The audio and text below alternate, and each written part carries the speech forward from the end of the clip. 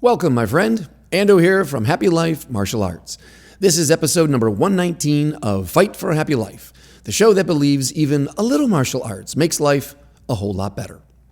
Let me ask you, have you ever felt stressed out, overwhelmed, like you're carrying the weight of the world on your shoulders?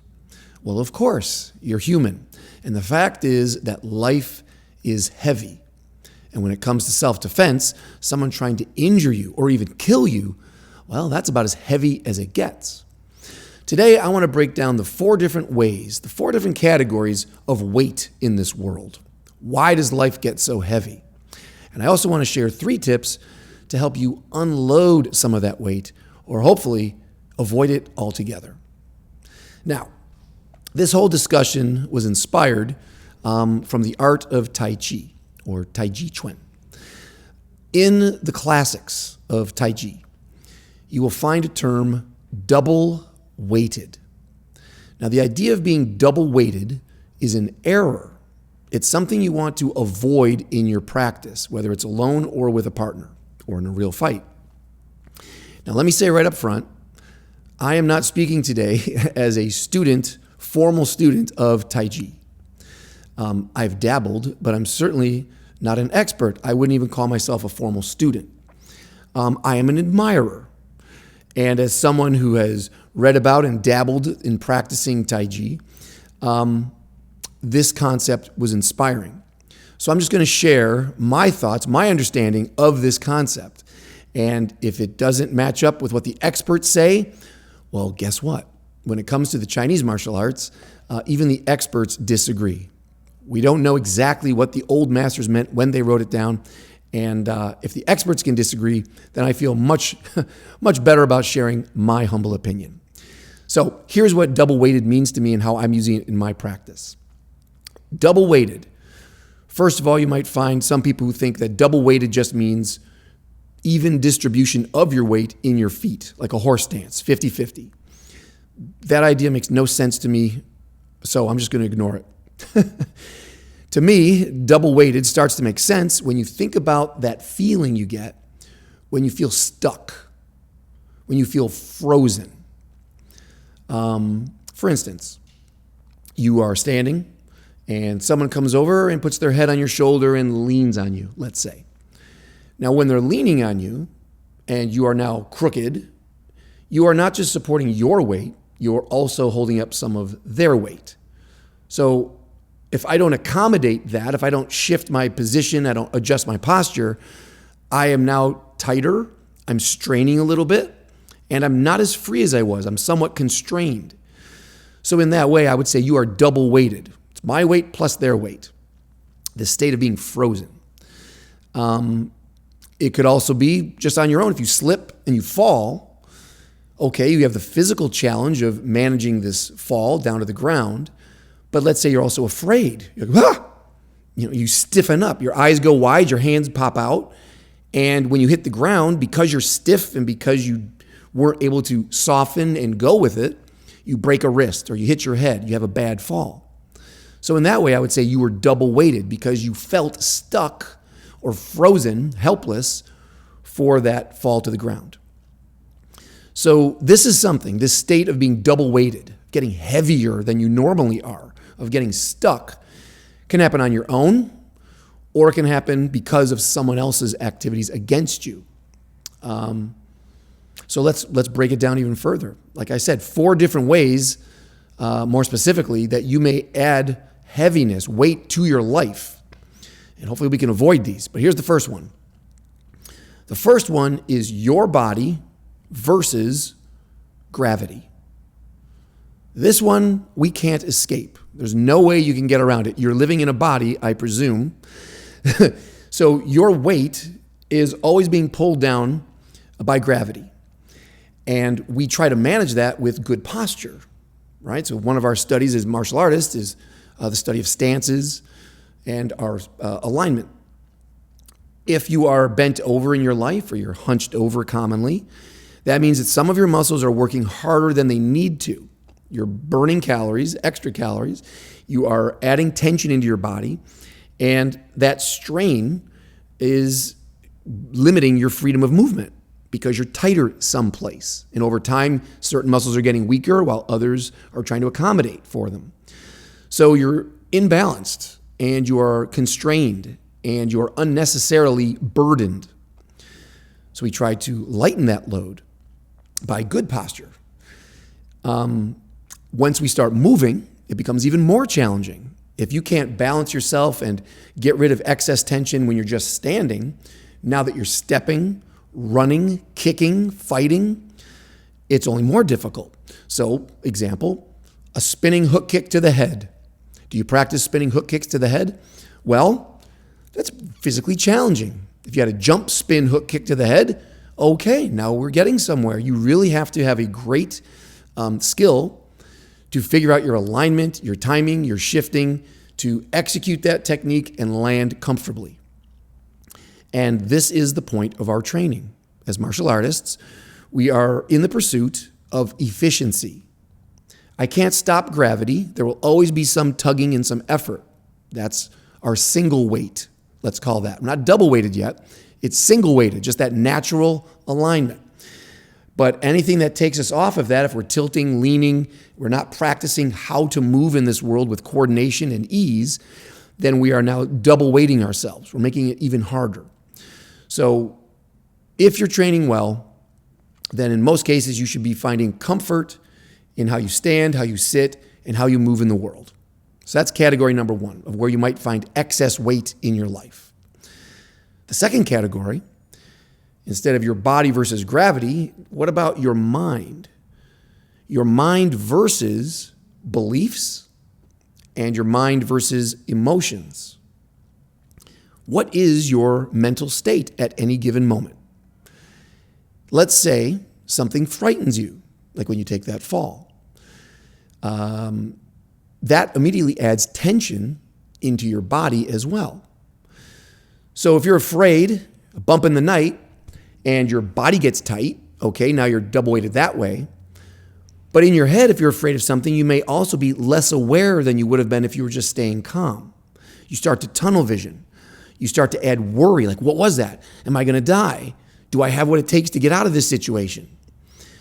So while you're worrying, you're not paying attention to opportunities and possibilities. You've lost some of your creativity. So it's very likely that you will find yourself on a daily basis, on one level or another, stuck in your own body and stuck in your own thoughts. Stuck because of anger, tension, tunnel vision, self-doubts, worrying that you're not competent at something. Worry about anxiety. Not worry about anxiety in general. Worry that you're going to lose your job. Worry that you're going to get sick. Worry that you won't be there for the people who love you. Tons of reasons to carry around anxiety. Embarrassment, that you're going to make a mistake, that you're going to fail, that you're not going to live up to your own expectations, let alone someone else's expectations. All of this stuff adds up to trouble, a clouded mind. Our training should lead us to clarity, comfort in our body, clarity in our minds. We need to learn how to make peace with mistakes, how to make peace with our failures. We need to learn how to make peace with pain, physical pain. If I'm injured, that's a physical problem, but it's also a mental problem depending on how I react to that. If my identity's now been broken, I'm a really good kicker, but now my leg is broken, so who am I? I'm a loser now. We can't let that happen. We need to train constantly for comfort in our bodies and clarity in our minds. That leads to confidence. And that's the goal of our training, right? We want confidence that I can move anywhere and I'm always free in my thoughts to create what I need to survive. Third category. So far, we've only been talking about the extra weight that we put on ourselves. But of course, particularly in self-defense, we are concerned about the weight that others are going to throw on top of us. And the first category would be my body versus your body or someone else's body. This is probably the heart of self-defense problems. Someone's got their hands on your neck. Someone is pulling your hair. Someone is punching you in the stomach. Their body is affecting your body. Are you still comfortable when someone's choking you? Are you comfortable when someone's punching you? If you're pulling off that spinning hook kick, even if you found a nice way to be efficient and skillful at it, even if you're clear-headed when you throw it, if physically someone pushes you while you're throwing that kick or is pulling you, then you have something new to contend with. There is extra weight on you. There is a new challenge that's come from the outside for you to execute that kick. This is the beauty of training to fight. You have to deal with that, manage it. So hopefully your training leads you not to just be efficient with your own movement, but to be efficient when someone is trying to oppose that movement. Training with resistance. Someone is trying to take away your balance, and you are training yourself to get through that, to manage it, to keep my balance no matter what you do to me. Punch, push, pull, lift, tackle, that I can maintain the comfort in my body so that I can be free to do whatever I need to do. That's very challenging. Fourth category. Before it was our mind against our own thoughts and our own emotions. But what about your mind versus someone else's mind? Someone makes a threat. Someone says, I'm going to kill you. How does that affect your mind? If you allow someone to intimidate you, to frighten you, well, then your body's going to change, your thoughts are going to change, and usually not in a good way. You'll be constrained. You will feel less free. We have to guard against this. Before someone even touches you, you may already be intimidated and double-weighted just by the thought of what they might do to you. You're throwing that spinning hook kick again. Okay, you never give up. Good for you. Even if you're very efficient hitting a bag or throwing it in the air, if someone says, hey, I want you to spar the champ over here. Here's the heavyweight UFC champ. You have an opportunity. Go spar this guy. Well, now as you think about throwing that spinning hook kick, you may instantly have worry now where you didn't have it before on the bag that this guy's going to catch your foot or shoot when you're kicking and take you right down, or you're going to miss. Now that kick is being affected simply because in your head you've added worry. You've allowed it to get in. That's in a sporting session. What about on the street? Someone jumps out of their car at a red light, storms over to your car. You get out. Not sure that was a good idea. You get out. You're thinking about that spinning hook kick to the head. But this guy looks tough. This guy's got a knife. This guy's got a buddy. Psychologically, you start shutting down perhaps. You've lost your clarity. Now you're just confused. You're scared. You've got doubts. They weren't there before. It's the presence of this other person that put those things into you. We've got to guard against that. And again, this is where training comes in. We should be training not just to be calm and confident with our own thoughts and emotions, but we need to maintain that calm, cool demeanor and our confidence even when someone else's mental presence, their glare, their words, their mere presence starts to change how we feel. So I would call that with resistance. We'd have to train not just for efficiency against resistance, but clarity against resistance. Okay, so this is what I'm talking about when I talk about double-weightedness. Anything that's making you carry a heavier burden than you normally do or that you should be. Anything that takes you from your optimal state when you're feeling great to something suboptimal where you feel limited and strained. Anything that takes you from a state of freedom and creativity and joy to a state of worry and limitations and pain.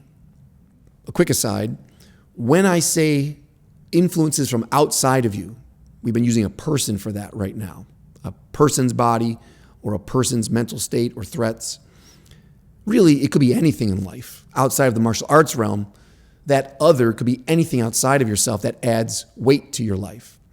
If you're taking a hike and lightning strikes and a tree falls and traps you under it, well, you have to deal with your body plus the body of this tree. So in that sense, you're now double weighted. If that is freezing you up and you're frozen, you feel stuck and you're thrashing about, wasting energy, you're double weighted. It could be a virus, right? Having an illness is weakening your body, maybe changing the way you think about yourself.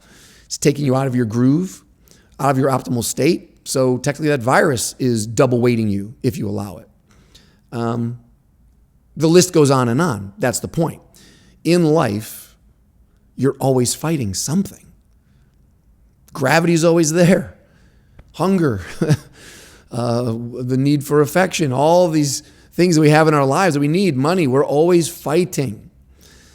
And if you want a happy life, we need to get better, I think, through training.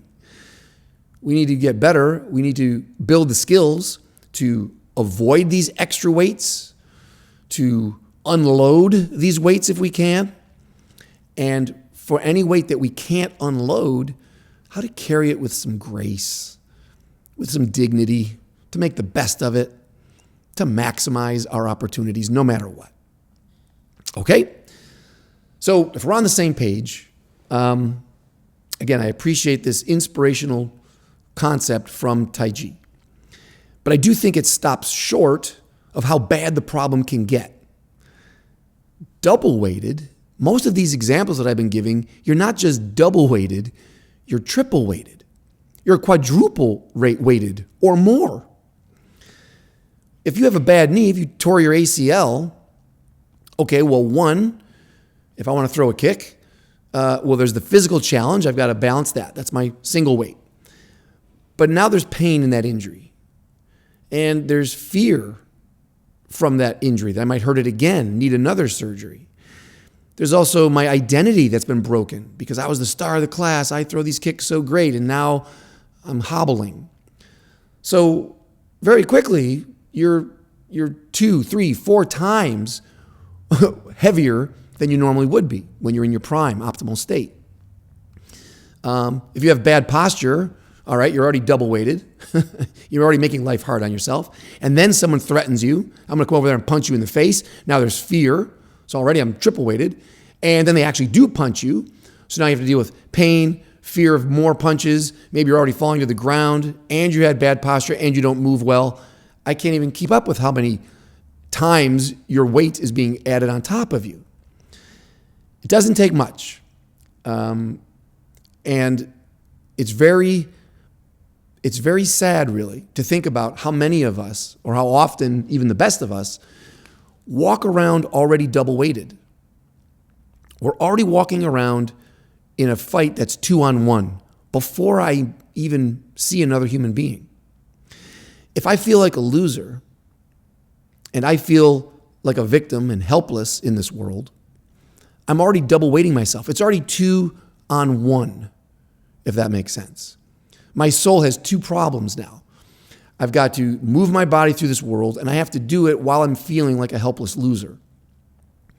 So now if another person comes into this picture and they want to hurt me, I'm already battling my own problems, my own 2-on-1, and now here comes you. That's 3-on-1 right off the bat. If I have bad posture, I don't move well, I don't feel comfortable in my body, I also don't like myself much, I don't feel very competent in this world, and here comes you making threats and you're putting your hands on me, 4-on-1. If you have a friend, it's getting worse. We stack the odds sometimes so heavily against us, we cannot win. We are automatically putting ourselves in situations where it's impossible to succeed, and that's sad. It's so sad. And whether I'm talking about you sometimes, I mean, all of us are there sometimes, or someone you love. And we all know this. People that you know who are their own worst enemies.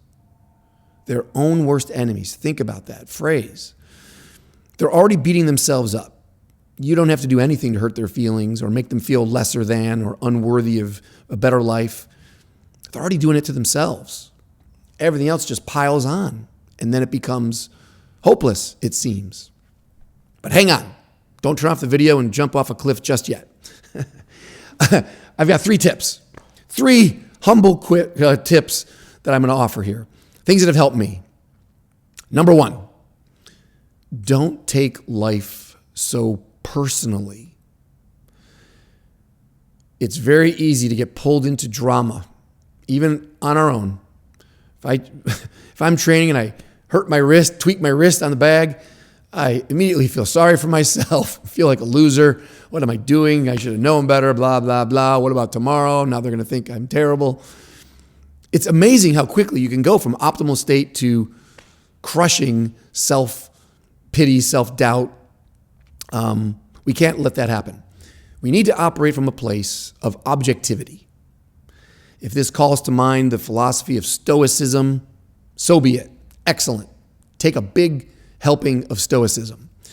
If this brings to mind some Zen concepts, being able to see things uncolored by judgment and just see things as they are, okay, then take that approach.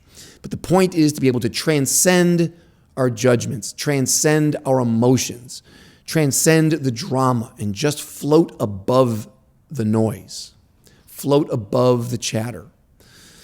That alone is freeing. Transcend, to kind of float above it. You're lighter. You can't do that if you're down in the trenches, down in the mud, wallowing in self-pity. You can't be done down there.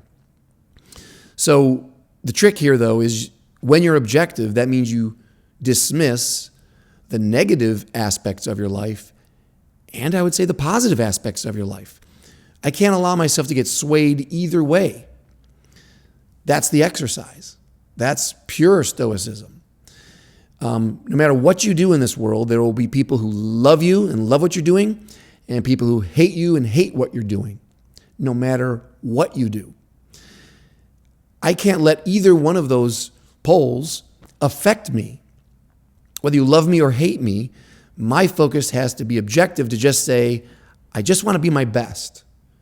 I just need to know what I've got, what I want, and can I make it happen the best way I can? I just want to fight my best fight in this world. And to do that, I need to get the drama out of my way. Now, granted, for this tip, when I say don't take life so personally, that's like saying, hey, don't be sick. Hey, you, don't be poor, be rich. It doesn't help. So how do you do it? How do you get to this stoic state, this Zen mind? How do you get there? Very simply, I'm not a doctor or a magician. I would just say very simply, take the long view of your life. Take the wide view. See the big picture. If right now I asked you to think back to yourself when you were 20 years ago, whatever age, if you're only 20 right now, well, then think back to when you were 10. Okay. What were you worried about 20 years ago? What were you worried about? Was there a bully making your life more difficult? Were you worried about asking someone out on a date? Finding a job? Passing final exams and graduating school? Getting into a martial arts school? Getting to the right school? Passing your next belt test? Being a black belt? Opening a school? What were you worried about? Take a look. You're here. You made it. You survived. Clearly, you had the tools to get through all of that. But how much time and energy and attention did you waste with all of the worry? The worry didn't help, I bet. The worry just takes away your energy, slows you down, and limited your actions. There's really no positivity behind the worry. The anxiety doesn't get you where you want to go. It only slows you down and holds you down. So break free of that. Seek objectivity. If you take it the other way, let's go 20 years now into the future. 20 years from now, look back to where you are right now, today, and what is worrying you. 20 years from now, what are you still going to be worried about that you're worried about today? Do you really think there's anything? Or, once again, will you see 20 years from now that you got through it, you survived, you succeeded, you did what you had to do? Your job is to be the best person you can be right now and fight as hard as you can for what's right for you. That's it. If you allow worry and anxiety and doubts get in the way and make your journey, make yourself heavier, you're not going to go as far. So please remember, the noise and the chatter just don't matter. They don't. Just focus on what you want and focus on your next move to make it happen. That's it. Tip number 2, keep training. All along, I've been saying that training is a solution to all of this weight being piled on us. I've been saying it all along. When we think about lifting weights, there we go. Forget for a moment about physical metal plates on bars that you're lifting. I'm talking about the weight of life, the 4 different ways that we have weight put upon us. We want to lift those weights. We want to figure out how to manage those weights better. How do you do it? Training. To me, that's what martial arts training is the best at.